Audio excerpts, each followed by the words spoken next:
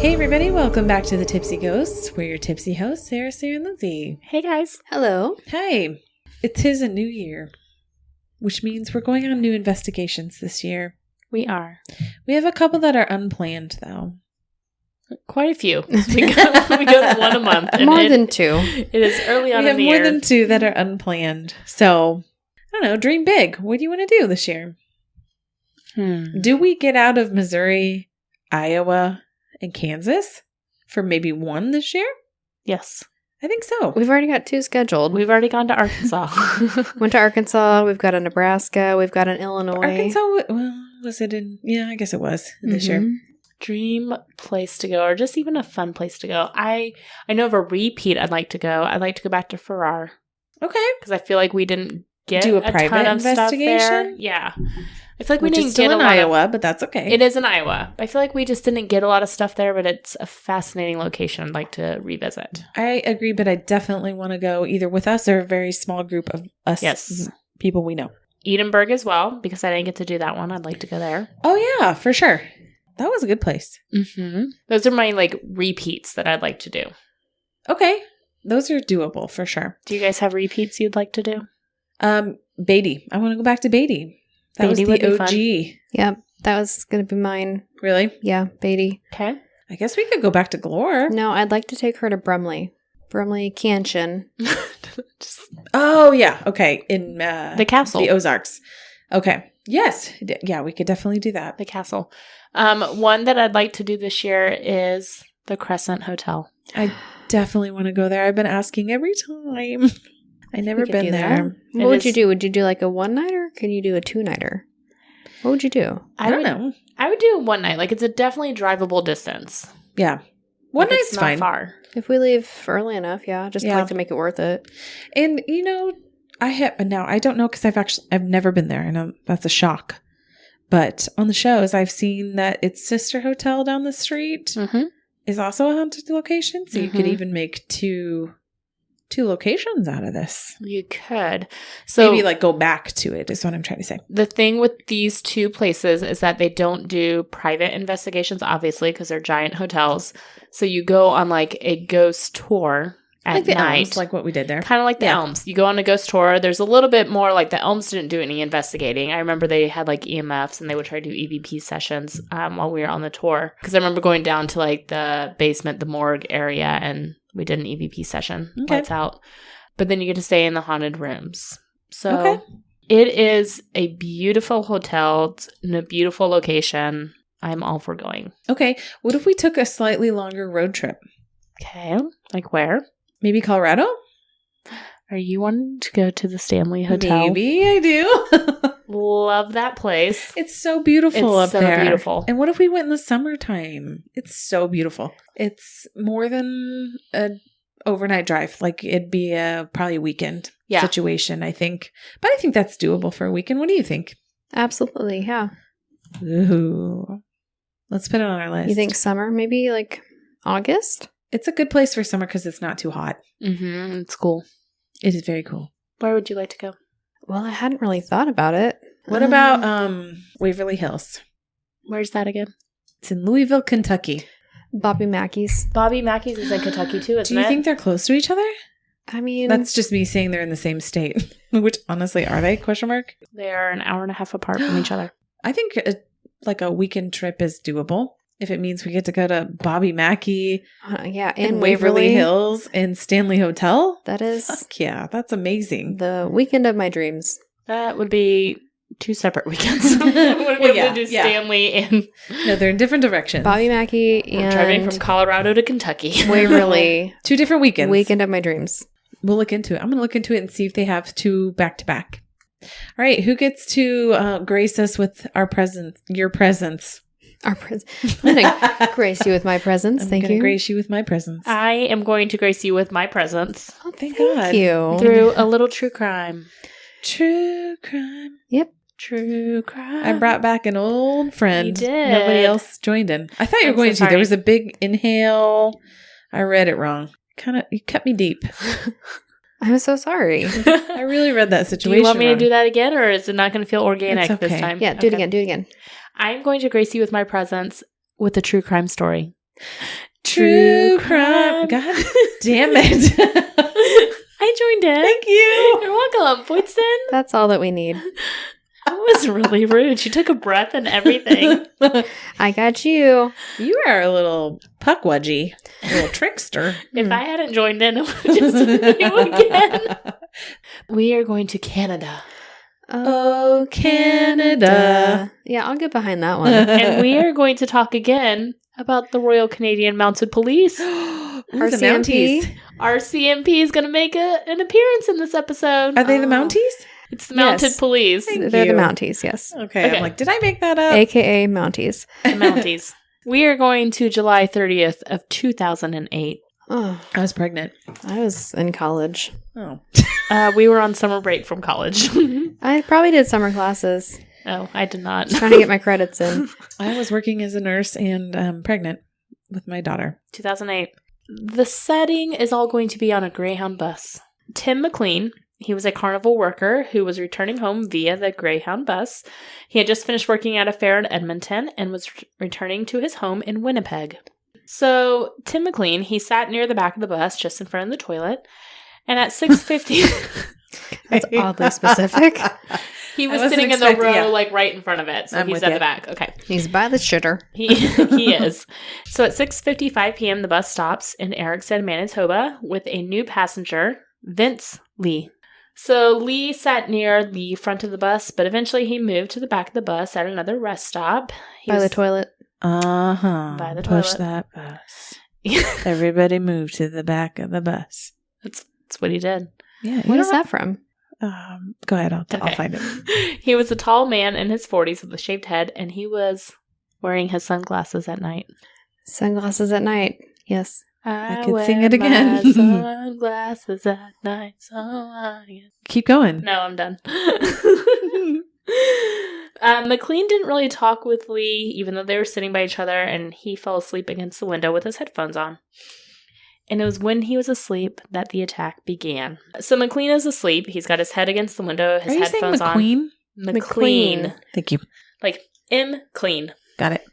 So he's got his headphones on, he's asleep, and all of a sudden Lee, who is sitting next to him, begins stabbing him in the neck and the chest. Oh my God. Right away, the bus driver pulls over and gets the other passengers off of the bus. So the driver and two other men are really the heroes of this story. They tried to rescue McLean, but they were chased away by Lee, who was in the bus, and he would slash at them any time that they would try to get past the doors. He was wielding a knife. He had, and they said it was a Sounds pretty scary. big butcher knife. Like It was a sword Yeah. almost. What do He you was a call swordsman. Like, what's a mix between a sword and a knife? Like a small sword. A scythe. I would A think like a swife. hunting Swife. knife or something. Yeah. Swife. It was absolutely a swife. He had a swife. He had his wife that he was swiping with. He swiped a swife. Swipe or no swiping? So Why are you so clever? it's about to get sad. Oh. I mean, it's already sad. Some It's guy's already being sad. attacked. He's Stabbed being his attacked, neck. but then Lee decapitates him. Oh my God. That is And- a large swife. That is bigger than not a sword. It's bigger than a knife. It's a swife. It is a swife. Okay, you're right. Good point. He holds the severed head up to all of the passengers that are standing outside of the bus. Oh my God. So these passengers are on the side of the road. This guy just started randomly attacking them. This other random guy holds his decapitated head up in the windows to show them. In Canada. In all Canada places. at night. Can you imagine? Yeah. In the States, it's like, ooh, that's not great. But these Canadians just seem nice. They Then don't seem right. Maybe he wasn't a real Canadian. Maybe True. he immigrated. Lee then returns to McLean's body and began to cut off various parts of it, dismembering it, and even began to eat part of the flesh. At 8:30 p.m., the Royal Canadian Mounted Police are called in. Mounties. The Mounties. They receive a report of a stabbing on a Greyhound bus, so they show up, and they find the suspect, Lee, is still on the bus because the driver, another passenger, and a truck driver were all preventing him from escaping. They had a crowbar and a hammer, and they would basically using them to prevent him from getting off the bus. Okay. So again, they're the heroes here. You're just Yeah. missing a candlestick and a revolver, and you got the game a clue. They're like It's not a hard not game letting to win. him off this bus. They had the crowbar Who- like in the bus doors so he couldn't get out. Who was the killer? Who done Well, it? Lee on the bus. It was Lee. Lee on the bus with his wife. The other passengers were on the side of the road. They were all huddled together. Some were crying. Some were vomiting because it was so graphic. That was probably horribly traumatic for them. Horribly traumatic. Lee even tried to drive off at one point before the Mounties showed up, but the driver engaged in an emergency immobilizer system, which makes the bus completely inoperable. Huh. I didn't even know that was a thing. I didn't either, but again, hero here. You know, that would have really come in handy with the movie Speed with Keanu Reeves. No, because Then once they would the have blown up. bus stops moving, it blows up. If it goes below 55 Yeah, but miles if it an was hour. like a built-in safety thing, and they were like, you can override bombs. I think the bomb came after the safety mechanism. Why do you have to be so logical? That movie really got to me. It was Okay. the first time my heart Obviously rate rose you've thought above about 100 this. as a child, I'm sure. So by 9 p.m., the police are in a standoff at this point. They have called in special negotiators and hostage negotiators. They've called in a heavily armed tactical unit because they cannot get him off the bus. He's locked himself in at this point now. Okay, Just wait it out, the man. question. Were there other people on the bus? Yeah, he doesn't No, have there was nobody else on the bus. true hostage, though. So just leave Right. him alone, like lock him in and wait it out. I mean, he's got to come out eventually. Yeah. Yes. So he was pacing the bus. Yeah. He was continuing to defile the corpse. Hmm. Police officers also noted that Lee was eating parts of the body while they were negotiating with him. The stranded passengers at this point were taken away from the scene and they were transported to go be interviewed. Lee was reported to have said, quote, "I have to stay on this bus forever." Well, newsflash. Did not work out. Maybe for his forever. At about he stayed there for his forever. He did not.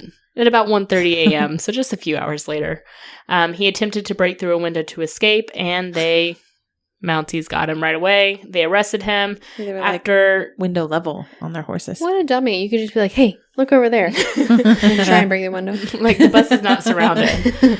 Nobody's looking. They tased him twice with a taser and handcuffed him. How else That's would you 'cause tase somebody? That is Well, here in America, no, I'm not saying that, but I'm saying here in America, Yeah, he would have been shot. He would have been shot. Yeah. Oh, He would have okay. been shot long This was before. the Canadian way Yeah, of getting him they in use cuffs. the I thought that appropriate was amount of kind force. Yes. Adorable is that they were like, "Oh, we're just They going to were tase like, we know you." you've killed somebody, sir, but we're just going to have to do this. Sir, you have proven to be lethal, but I think this is all you deserve. Put down the swife. And I know that you have a weapon, but here's the taser.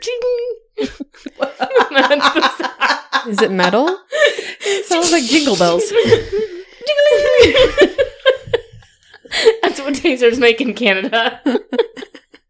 Up north, they They're a sound like jingle bells. friendly little weapon. It's because it gets their attention. They're like, They get them. Like, oh, what's that? oh, that sounds Santa? nice. So, when they finally apprehended Lee, they found that he had parts of McLean's body on him.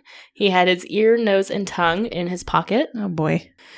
They got the rest of McLean's body off of the bus, but his eyes and his part of his heart were never recovered and have been thought to have been eaten by Lee. I'm sure he did. He was just going to town in there. Why the eyes? You know, Why? Why the eyes? maybe they had special powers. So who is Lee? Well, Who is Vince Lee? Let's find out more about My him. guess okay? is he had a psychotic break. That's what this sounds like. So Lee was born in China and immigrated to Canada. So he wasn't originally from Canada. He was That not. explains He it. was born in China on April 30th, 1968, and graduated from college with a bachelor's in computing and even worked as a computer software engineer in Beijing. Okay. But then he immigrated to Canada on June 11th of 2001 and became an official Canadian citizen on November 7th of 2006. So there was some alluding to a hospitalization in either 2003 or 2004 after an incident with the Ontario police, but not much is known about this incident, so we don't know what really happened there. But that might have been a bit of foreshadowing.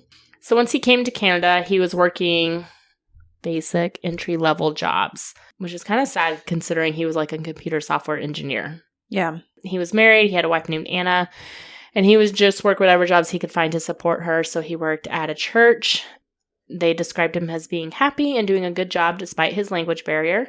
He also worked as a forklift operator.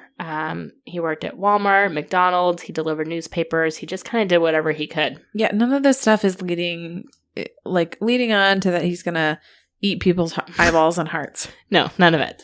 Every single company that he worked for all said that he was a perfectly normal human being who was That's why I said a hard worker. He had to have had a break. That does not sound like a normal person. It's not. No, normal people don't eat people. 4 weeks before the bus incident, he was actually fired from Walmart after he had a disagreement with other employees. Aww. So this all happened on July 30th, remember? Yes. So on July 29th, the night before, Lee got on a Greyhound bus from Edmonton to Winnipeg. And around 6 p.m. that night, he got off the bus in Manitoba with 3 pieces of luggage. He stayed up all night on a bench next to a grocery store. One witness reported seeing him sitting there at 3 a.m., upright with his eyes wide open. Oh. So July 30th, early in the morning, he sold his brand new laptop to a 15-year-old boy for $60. The laptop was later taken by the Mounties for evidence, and the boy was given a new laptop for his honesty in turning it in by an anonymous person. I'm telling you what. Freaking Canadians. They're so nice. This 15-year-old's like, he could have just taken this brand new computer. But he's like, hey, no, let me give it to the Mounties for evidence. Well, yeah, they probably were going to take it, but then they were like, Right. We're going to give you a new one. A random anonymous person, not even through the Mounties, gave him a new computer. This good, honest, wholesome Mounties. Canada, you're so nice. Most of the time. Yeah. So a witness on the bus said that she saw Lee and claimed before the stabbing that he was very calm. She said, quote, there was no rage or anything. He was like a robot stabbing the guy. So just no emotion. Yeah. When he later appeared in court, the only words he ever said in court were pleading for someone to please kill him. Oh, man. I know. So he did go to trial. Trial started on March 3rd of 2009, and he pled not guilty, responsible on account of mental disorder. So it's basically our version of not guilty by insanity. Kind of sounds that way. Sounds but I know in the States, it's really hard to get that to kind of go your way. And it's not easy there either. He obviously was evaluated by many psychiatrists and psychologists, but the judge accepted this plea. A psychiatrist who evaluated him testified that he had performed the attack because he was hearing voices that claimed they were God, telling him to destroy the demon sitting next to him or else he would be killed himself. So it didn't really go to trial because they accepted that plea, and he was sent to Selkirk Mental Health Center Psychiatric Hospital. The week after the attack, Greyhound Canada pulled their nationwide advertisements that had the slogan, "There's a reason you've never heard of bus rage." Well, just poor timing there with that. Yeah, well, good thing they pulled it. They pulled it the week after. They figured it out. There was, of course, lots of calls and demands and petitions that all called for increased security on the buses following this incident. I mean, what are you going to do? Like, put a security officer on every single bus? No. Yeah. Lee did not speak to the press or in trial until May 2012. So 4 years later, he finally granted an interview and said that he had begun hearing the voice of God as early as 2004 and that he wanted to save people from the demons and an alien attack. Did he ever have a diagnosis? Not before, the attack happened and he saw psychiatrists. Do you think he was schizophrenic? I think he was probably a high-functioning schizophrenic. Yeah. Who, like you said, had a psychotic break. He was 40. So, and he'd been hearing it for years. Mm-hmm. So maybe late 30s or early 30s? Well, he said he started hearing it in 2004 and the attack was in 2008. Yeah. So for 4 years, he says he'd been hearing it. Which I think, does that line up with schizophrenia for the most? I know it's normally mid-20s. It's normally mid-20s. He was born in, what did I say, 1968? 68. Yeah. So a little late, but I mean, it could have always been there and he just was a high-functioning one. And didn't have his first real bad psychotic break till then. This is kind of an ignorant question. I apologize if it sounds stupid, but is this something that can kind of lay dormant and is triggered by some stress response? So yes, moving over here and having these jobs and, maybe not functioning to the level he thought he was going to, trying to make money. This is all stressful for him. Psychotic breaks, yes, are triggered by something. Right. Typically some stressful incident. could have been, like you said, immigrating, moving, all these jobs that were kind of below him, to be honest. What about the schizophrenia? Do you think that may be why? I mean, if he was. Schizophrenia, he probably always had, but that psychotic break probably didn't get triggered until this happened. Gotcha. So maybe he could have functioned his whole life with this high-functioning schizophrenia until he had a break. I mean, people are out there, I meet with them all the time, who hear voices at baseline, and that's just their baseline. They've learned to tune it out. They know it's not real. They can distinguish. But the problem is when it becomes a psychotic break, when you can't decipher between real and not. Okay, interesting. On July 17th, 2014, one of the first officers on the scene, Corporal Ken Barker of the Mounties, he committed suicide, and his family said that he suffered from PTSD and was never really right after that incident. On February 2016, Lee legally changed his name to Will Lee Baker, and Lee is spelled L-E-E here. So kind of gave himself like, I don't want to say an Americanized name, but like a Western. Maybe so he wouldn't be recognized as easily as all. And not as recognized. Yeah. He also petitioned. So at that point, he had stepped down from the psychiatric hospital to a group home. And he had petitioned to leave the group home so he could transition to independent living. And a year later, on February 10th, 2017, he was officially discharged to live independently and is now free. Interesting. He still sees his psychiatrist and is monitored, obviously, for his mental health, and his psychiatrists and therapists have said that he is doing well. So here's the thing that I think that's messed up, because here in the States, like that, I don't think would ever fly. Like somebody moving from a psych hospital to group home now back into their own home, if they were committed that crime and were committed due to insanity. I've never heard of a case happening like that so quickly, at least. And he only did 8 years, really. And it wasn't like imprisoned. But the question is, do you think that that's how it should be? Like, they get the treatment that they're supposed to, they're monitored regularly, they have a diagnosis and meds, etc. And now they can be integrated back into society. Like, now they're rehabilitated. That's the whole point of the system. I mean, I think, yes, that's the point of the system, but also the reason why he and other people are allowed to do this. Andrea Yates is one of the really well-known ones who was found guilty by reason of insanity. It's because what it's studying at that point is, do they know the difference from right and wrong at that point? And they don't. And that's why they get with that defense. So they don't know that what they're doing is wrong. Does that stick with you for life, or is it just isolated in that incident? I mean, if they are monitored by mental health professionals and on medications, I think it could just be an isolated incident. And there's a difference between it being like an isolated incident, like this guy had no other prior aggression, violence, run-ins with the law, like nothing. Right. Everyone described him as super nice and hardworking and like easy to get along with. I think there's a difference between that and someone who maybe has a psychotic break and hurts someone who has a history and a pattern of violence and aggression. So the lessons learned: don't travel by yourself with headphones on. Don't ride a bus. But can you ride a subway? I don't think those are any safer. No, a subway is just a really fast bus. So I've ridden the subway. I have too. I'm glad you're alive. You didn't ride it with headphones on falling asleep, but I think a lot of people do. I didn't fall asleep. No. I'm a trusting person, though. I absolutely would. It's just, you never know. I'd probably sit next to that guy. You just never know. You want to borrow my headphones? I absolutely would. I was like, hey, sir, would you like to share my crackers? You just never know. You never know. Yeah. And that is what I want you all to go to bed tonight thinking of. You never know. That hurts my feelings, Lindsey. Makes me feel like I can't trust anybody. I already feel like that. Gonna spike your anxiety. You're welcome. I'm at a constant high level of anxiety. I was gonna say, I'm fine because that's my normal level of anxiety. Yeah. Which is funny because I'm also the first person to talk to somebody. Why do you think that is? Like, I live at high anxiety, but I want to talk to people. What is this? Diagnose me. It's because you want people to like you. But what's the anxiety portion of it? It's not because I want them to like me. That's not why I'm anxious. No, I know that's not why you're anxious. I'm just saying your personality underneath your anxiety is that you want people to like you. But like, I genuinely want to talk to people and connect with them. Because you're a 4. Enneagram. I'm going back to the Enneagram. So that makes me want them to like me? 4s are emotional people. But I want to like them too. Right. I want to connect with them on some common ground. 4s are emotional, relational people. They want to form connections. They see like connecting with people as something important. It's something you value. Absolutely, yeah. So that's part of your Enneagram. That's just like your personality type. Your anxiety is like the sprinkle on top of your personality. It's just a bonus to me. Whereas it's the majority of my personality.